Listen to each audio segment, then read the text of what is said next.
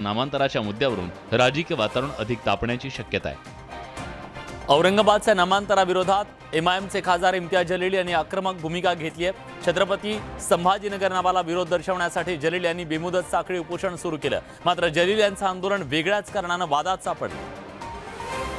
खासदार इम्तियाज जलील यांच्या बेमुदत साखळी उपोषण आंदोलनामध्ये औरंगजेबाचे फोटो झळकल्यानं पुन्हा एकदा वादाला तोंड फुटलंय। छत्रपती संभाजीनगर नामकरणाला विरोध दर्शवत एमआयएमनं औरंगजेबाचे फोटो झळकावले।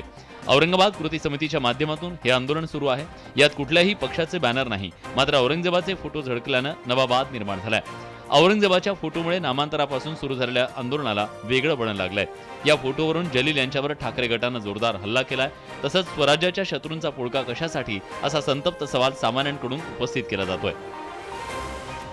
उद्धव ठाकरे यांची कोकणातल्या खेडमध्ये जाहीर सभा होणार आहे। ठाकरे गटाकडून या सभेची जोरदार तयारी करण्यात आलेली आहे। गोळीबार मैदानात होणाऱ्या या सभेतून जोरदार शक्ती प्रदर्शनाचा ठाकरे गटाचा प्रयत्न असणार आहे।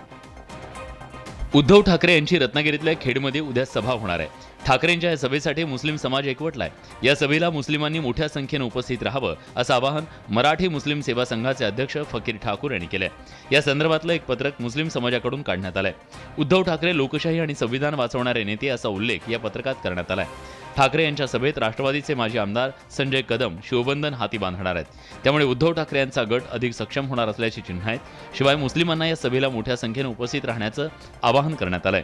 त्यातच मुस्लिम समाजाकडून मिळालेल्या पाठिंब्यानं ठाकरे गटाला मोठं बळ मिळालंय। मनसे नेते संदीप देशपांडे यांच्यावर हल्ला प्रकरणी दोघांना मुंबई पोलिसांनी गुन्हे शाखेनं ताब्यात घेतलेलं आहे। दोघेही भांडूप पश्चिम भागातले रहिवासी असल्याची माहिती सूत्रांनी दिली आहे। एक जण हा शिवसेनेचा कार्यकर्ता असल्याचं सुद्धा सांगितलं जातं।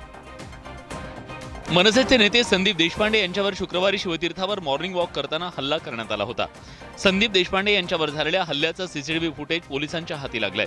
हल्ला करून पळून जाणारे आरोपी सीसीटीव्ही फुटेजमध्ये दिसून येत आहेत। या सीसीटीव्ही फुटेजच्या आधारे पोलिसांनी 4 आरोपींची ओळख पटवली आहे। हल्लेखोरांचा शोध घेण्यासाठी पोलिसांनी 8 तुकड्या तयार करून वेगवेगळ्या ठिकाणी तपास केला। अखेर या प्रकरणी 2 जणांना ताब्यात घेण्यात आलंय। हे दोघे जण भांडूप पश्चिम भागातले रहिवासी असल्याचं कळतंय। पोलीस इतर संशयितांचा शोध घेत आहेत। ताब्यात घेण्यात आलेल्या संशयितांपैकी सोळंकी असं एका संशयिताचं नाव असून तो शिवसेनेचा कार्यकर्ता असल्याचं सांगण्यात येत आहे। राजकीय वादातून हल्लेखोरांनी हल्ला केल्याचं चौकशीतून समोर आलंय। संदीप देशपांडेंवरील हल्ल्याप्रकरणी पोलिसांच्या तपासाला आता वेग आलाय आणि या प्रकरणावर